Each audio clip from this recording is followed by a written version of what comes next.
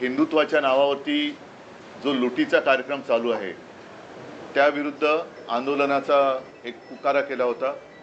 त्यानुसार मी आणि सर्व शिवसैनिक यांनी गेल्या म्हणजे कालच्या नाही त्याच्या गेल्या रविवारी दादर इथल्या हनुमान मंदिराच्या समोर महाआरती केली, रामरक्षा पठण केलं। त्याच्यानंतर हा कार्यक्रम आता महाराष्ट्रात अनेक ठिकाणी व्हायला लागलेला आहे। येत्या 18 तारखेला नागपूरमध्ये हा कार्यक्रम होईल जिथे मी स्वतः जाणार आहे।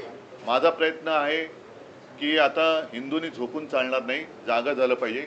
आपल्या हिंदुत्वाचा आपल्या हिंदू धर्माचा दुरुपयोग करून जर लुटण्याचा कार्यक्रम कोणी करत असेल तर त्यांना आता त्यांची जागा दाखवण्याची वेळ आलेली आहे। एकूणच काय की सध्या देशामध्ये फार विचित्र परिस्थिती आहे। मी मागेही बोललो होतो, कदाचित तुमच्याशीच बोललो होतो का आणखीन कुठे बोललो होतो कल्पना नाही मला, पण बऱ्याच वर्षानंतर देशात आणि महाराष्ट्रामध्ये विरोधी पक्षाला प्रचंड काम आहे। कारण जिथे बोट दाखवू तिथे भ्रष्टाचार चाललेला आहे। रस्त्यावरती खड्डे आहेत पण रस्ते करणाऱ्यांचं ज्यांचं काम आहे ते गडकरी साहेब इथेनॉलवरती बोलत आहेत। तर एकूणच काय की अंधाधुंद कारभार सुरू आहे। आणि म्हणून मग मी असं ठरवलं की प्रत्येक वेळेला एकाच विषयासाठी प्रेस कॉन्फरन्स घ्यायची। आणि आज मी जो विषय घेतलेला आहे हा विषय साधारणतः गेले किमान महिनाभर चालू आहे, पण दुर्दैवाने म्हणावा तसा तो लोकांपर्यंत जरी पोचला असला तरी लोकभावना त्याच्यावरती व्यक्त होत नाहीयेत। आणि तो विषय म्हणजे दिल्लीमध्ये जंतर मंतर येथे आपल्या अभिजित दिपके यांनी जो विषय उचलला तो अनेक युवकांच्या किंवा मी तर म्हणेन देशातल्या प्रत्येक युवकाच्या भवितव्याचा विषय आहे। नीट परीक्षेचे पेपर फुटले, त्याच्यानंतर अनेक विद्यार्थ्यांनी आत्महत्या केल्या, कोणी त्याच्याकडे लक्ष दिलेलं नाहीये। सरकारला वेळ नाहीये, सत्ताधारी पक्षाला इतर पक्ष फोडाफोडीमध्ये जास्त रस आहे, पण जिथे देशाचं नशीब फुटतंय, विद्यार्थी आत्महत्या करतायत, त्यांच्याकडे लक्ष द्यायला त्यांना वेळ नाहीये। आणि मी आजची जी पत्रकार परिषद घेतलेली आहे ती त्या आंदोलनाला आणि सोनम वांगचुक यांना पूर्ण पाठिंबा जाहीर करण्यासाठी मी ही प्रेस कॉन्फरन्स घेतलेली आहे। सोनम वांगचुक एक मला येऊन भेटून गेल्या महिन्यामध्ये नेहमी मला त्यांच्याबद्दल एक आदर राहिलेला आहे। त्यांच्या खरं म्हटलं तर बुद्धिमत्तेचा देशाने उपयोग करून घ्यायला पाहिजे, पण अशाही व्यक्तीला देशद्रोही ठरवून तुरुंगात टाकलं जातं। आज ती व्यक्ती तिकडे आमरण उपोषणाला बसलेली आहे, दिवसागणिक त्यांची तब्येत खालवत चाललेली आहे। 16 दिवस झाले। मी एक 4 दिवसापूर्वी मुद्दामून अरविंद सावंत यांना त्यांच्या भेटीसाठी पाठवलं होतं।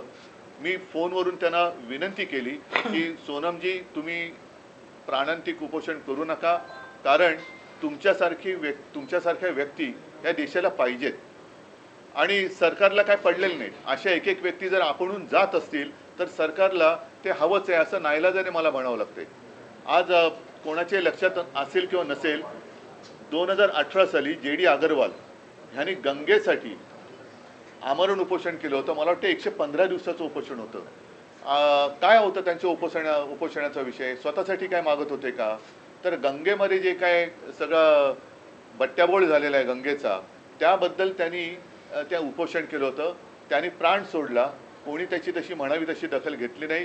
गंगेत अजूनही त्याच्यानंतर कोरोना आला, गंगेमध्ये मृतदेह सोडले गेले, सगळा बट्ट्याबोळ चाललेला आहे।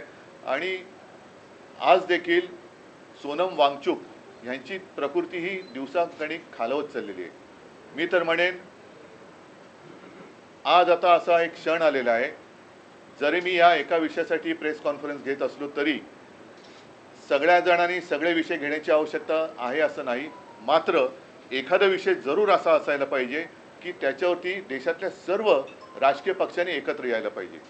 मी अजूनही तिथे कोणी पक्षाचे झेंडे घेऊन जावे या मताचा नाही आहे, कारण अभिजित दिपके हा युवक देशातल्या युवकांचा आवाज तिकडे उठवतोय आणि हे युवक जे आहे हे सुशिक्षित आहेत। म्हणजे आज सकाळी मी ते सोशल मीडियावरती बघितलं, ते असेल तर भयानक आहे, कारण 20 तारखेला मला वाटतं त्यांनी मोर्चा आयोजित केलेला आहे आणि अभिजित दिपकेने असा एक दावा केलेला आहे की येत्या 20 तारखेच्या आत काही गुंड तिकडे सोडून हिंसाचार माजून हे आंदोलन उधळून लावण्याचा काही जणांचा प्रयत्न आहे। हे फार हिणकस आणि नीच वृत्तीचे लक्षण आहे. एकूणच सोनम वांगचुक आहेत, अभिजित दिपके आहे आणि सगळे जे काही युवक आहेत हे कोणासाठी लढत आहेत? देशातल्या सर्व युवकांनीच नव्हे तर त्यांच्या पालकांनी सुद्धा जागं झालं पाहिजे की अरे, आत्महत्या करणारा हा जरी त्यांचा मुलगा होता किंवा त्यांची मुलगी होती, पण कदाचित उद्या आपल्यावरती वेळ येऊ शकते. हा विषय राजकीय पक्षाचा नाही आहे, राजकारणाचा विषय नाही आहे, हा देशाचा विषय आहे. आणि त्यासाठी मला असं वाटतं देशभर काही ना काहीतरी प्रत्येक, आता मी म्हणेन मग प्रत्येक राजकीय पक्षाने देशभरामध्ये आपापल्या राज्यामध्ये त्यांच्या समर्थनार्थ काहीतरी केलं पाहिजे. कारण देश जोपर्यंत जागा होत नाही तोपर्यंत या बेफिकीर सत्ताधाऱ्यांना त्यांची जागा कळणार नाही. काय मागतात सोनम वांगचुक? काय सरकार त्यांच्याशी जाऊन बोलले तरी का? मला आठवत आहे जेव्हा अण्णा हजारे तिकडे उपोषणाला बसले होते तेव्हा सुषमा स्वराज यांनी एक भाषण केलं होतं. ते भाषण आजही उपलब्ध असेल. निदान त्यावेळेला त्यांच्याबरोबर चर्चा तरी झाली होती किंवा असावी असं मला वाटतं. तुम्हाला आठवत करण्यात विलासराव देशमुखांची नियुक्ती केली होती. विलासराव देशमुखांची नियुक्ती केली गेली होती. आता कोणी तिकडे ढुंकून बघायला नाही येत यात. काय फरक काय पडतो? जर एखाद्या व्यक्तीकडनं एखादं काम नीट होत नसेल तर त्या व्यक्तीला बदलण्याची मागणी होत असेल की जिच्यामुळे लाखो विद्यार्थ्यांचं भविष्य हे बर्बाद होत असेल तर त्या व्यक्तीला बदलायला काय हरकत आहे? ह्याच्यामध्ये कमीपणा काय? धर्मेंद्र प्रधानांचा राजीनामा घेऊन तिकडे जर काय सक्षम व्यक्तीची नेमणूक केली गेली तर याच्यात कमीपणा मानण्याचं कारण काय? जे विद्यार्थी जागून, आणि मी बघतोय की अनेक पालक सुद्धा अतिशय म्हणजे संतापलेले आहेत. त्यांनी त्यांच्या आयुष्याची पुंजी लावून माझा मुलगा माझी मुलगी शिकली पाहिजे, सुशिक्षित झाली पाहिजे, मोठी झाली पाहिजे, मला शिकता नाही आलं पण माझा मुलगा किंवा मुलगी शिकली पाहिजे, त्या मुलाचं संपूर्ण शिक्षण आणि त्यांची आयुष्यभराची पुंजी ही एका याच्यात बर्बाद होते आणि कोणाला काही पडलेलं नाही आहे. बरं, त्याच्यात आणखीन आता हे बोललं तर पुन्हा महाराष्ट्राचा अपमान होईल असं मुख्यमंत्र्यांना वाटू शकतं. कारण या नीट परीक्षेचं जे काही पेपर फुटीचं केंद्र आहे हे महाराष्ट्रामध्ये होतं. अटका झाल्या, पुढे काय? पुढे काय? मग एकूण एका पाठोपाठ एक पेपर फुटत आहेत. त्याच्यानंतर आपल्या महाराष्ट्रातल्या शिक्षण मंत्र्यांच्या घरासमोर सुद्धा आंदोलनं झाली. तर कोणाला कारभाराची काही चिंता नाही आहे. देशात काय चालले त्याच्याबद्दल काही पर्वा नाही आहे. आम्ही आपले परदेशात फिरतो, आम्हीच आपले भाडेचे तट्टू आणून आमचं स्वागत करून घेतोय आणि सगळं काय आबादी आबाद आहे असं भासवतोय. हे मला वाटतं चांगलं लक्षण नाही. आज परत एकदा सांगतो, मी शिवसेनेतर्फे सोनम वांगचुक आणि या मुलांच्या आंदोलनाला पूर्ण पाठिंबा जाहीर करत आहे. आणि ज्या वेळेला शक्य असेल, जिथे आम्ही उतरण्याची गरज असेल तिथे महाराष्ट्रभर आम्ही तर उतरूच. आपल्या माध्यमातून मी देशातील सर्व पक्षांना सांगतोय की आपण देखील आपापल्या राज्यामध्ये, राज्यातील प्रमुख शहरामध्ये या युवकांना बळ मिळेल अशा पद्धतीने काही प्रतिकात्मक असेल, आणखीन काही असेल, हे समर्थनार्थ आंदोलन करा किंवा प्रदर्शन करा की जेणेकरून आजही देशातली युवा शक्ती, जी आपण देशाचे भाग्यविधाते समजतो, त्या भाग्यविधात्यांना कळेल की आजचे जे भाग्य किंवा दुर्भाग्य विधाते आहेत हे आपल्यासोबत आहेत. तुम्ही दिल्लीत जाऊन पाठिंबा देणार सहभागी होणार आहे का शिवसेना? ऐका, मी 20 तारखेच्या मोर्चात सहभागी सगळ्यांनी व्हावं असं म्हणालेलं नाहीये. ज्यांना जायचंय, मला जायचं वाटलं तर मी जरूर जाईल, परंतु किमान मी जिथे आहे तिथे तरी मी काहीतरी करावं. मी असं सगळ्यांना सांगत नाही की देशातल्या सगळ्यांनी चलो दिल्ली. नाही, तुम्ही जिथे आहात तिथे तर उभे राहा. मी मुंबईत आहे, मी मुंबईत तर उभा राहिलो पाहिजे. मी पुण्यात आहे, पुण्यात राहिलो पाहिजे. मी चेन्नईत आहे, चेन्नईत राहा. बंगालमध्ये, कलकत्त्यात राहा. सर्वत्र जिथे देशातल्या सगळ्या चहूबाजूनी हे रान पेटेल त्यावेळेला सरकारला या युवकांसमोर गुडघे टेकावे लागतील. आणि म्हणून जर मला वाटलं तर मी जरूर जाईन देखील. असं काही नाही आहे की मला त्याच्यामध्ये काय वाटतंय. पण आज सुद्धा ही जी त्यांची जी चळवळ आहे ती कोणत्याही पक्षाचा झेंडा हातात न घेता चाललेली आहे. कारण नाईलाजाने मला असं म्हणावं लागतंय की देशातल्या तरुणांचा आणि युवकांचा कदाचित ह्या फोडाफोडीच्या सगळ्या नीच राजकारणामुळे प्रस्थापित राजकीय नेत्यांवरचा विश्वास उडाला असेल आणि त्यांना असं वाटत असेल की कोणताच राजकीय पक्ष माझ्यासोबत नाही, तर आम्ही तर आहोत. पण तिथे कोणत्याही पक्षाचा झेंडा न घेता आंदोलन होत असेल तर त्याला माझा पूर्ण पाठिंबा आहे. राज्यभरात एक विषय असा आहे की तुम्हाला असं वाटतं का, कारण तुम्ही इंडिया अलायन्स मध्ये एक प्रमुख पक्ष आहात, तर देशाच्या विरोधी पक्ष नेत्यांनी म्हणजे राहुल गांधींनी या व्यासपीठावर जाऊन या आंदोलनाला समर्थन दिलं पाहिजे? जरूर, म्हणजे माझं तर म्हणणं आहे, मला मला वाटलं तर मी सुद्धा जाईन. राहुल गांधींनी गेलं पाहिजे. देशातील ज्यांना असं वाटतं, मग अगदी भारतीय जनता पक्षातले असले तरी, जसं मी रामरक्षा आंदोलनात भाजपच्या कट्टर कडवट हिंदुत्ववादींना आवाहन केलं होतं की ज्यांना हिंदू धर्माबद्दल प्रेम आहे त्यांनी सहभागी व्हावं, तसंच आज देखील मी पक्षाच्या पलीकडे जाऊन ज्यांना या देशातल्या युवकांबद्दल एक आस्था आहे, तो कोणत्याही पक्षाचा असो, पक्षाचे जोडे बाजूला ठेवून तिथे जावं अशी माझी सगळ्यांना विनंती आहे.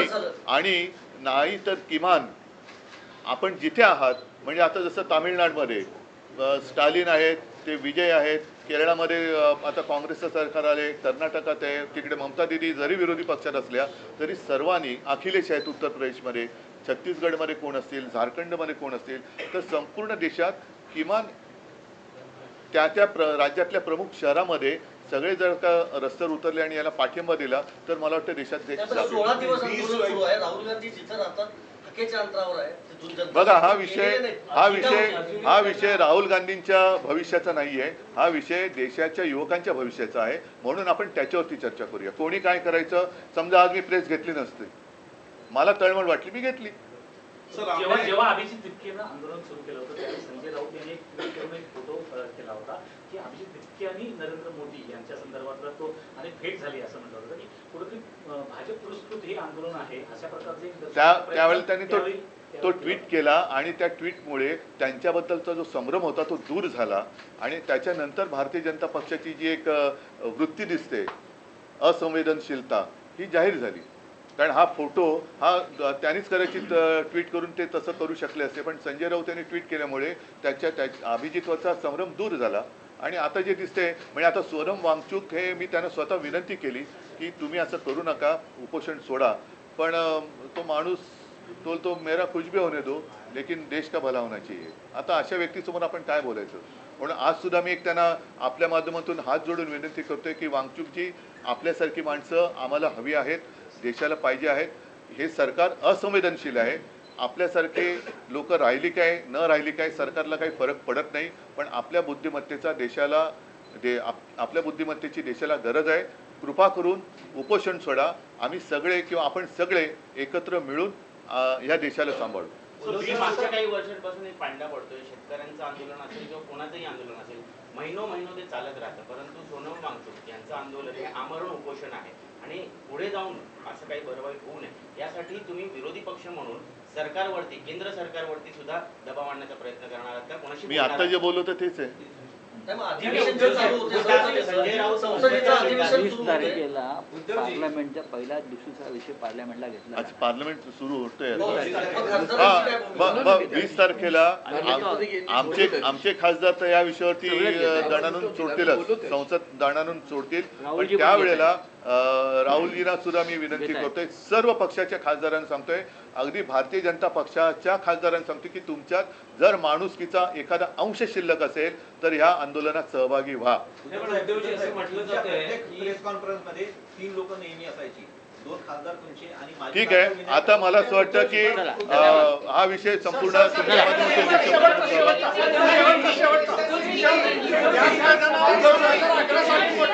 ठीक आहे, चला.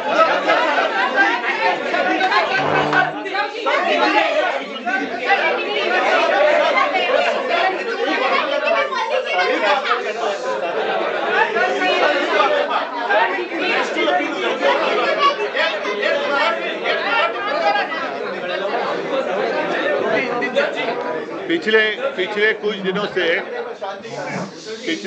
से आप देख रहे हो एक विषय पर आंदोलन चल रहा है, लेकिन मुझे नहीं लगता सारे लोगों ने उसके ऊपर कुछ ध्यान दिया है.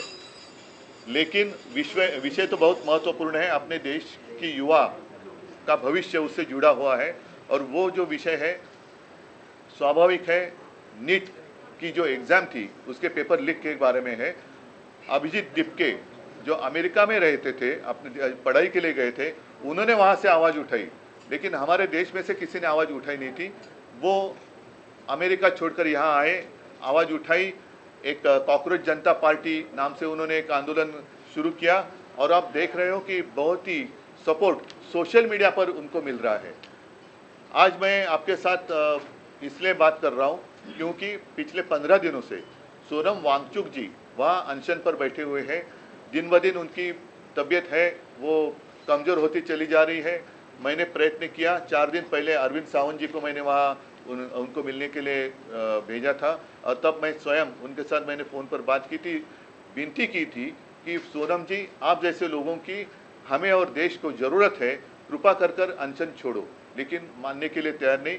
सरकार तो कुछ परवाह नहीं है, ना ही उनके साथ बात करने की कोशिश कर रही है, ना ही जो युवा है, बहुत सारे युवाओं ने खुदकुशी भी की है, लेकिन सरकार उनकी तरफ देखने के लिए भी तैयार नहीं है। और इसलिए मैं चाहता हूं कि अब समय आया है पूरे देश में अपने अपनी पार्टी का जो एजेंडा है बाजू में रखकर हम सारे लोग इकट्ठा आकर वो जो आंदोलन चल रहा है उसका समर्थन करें।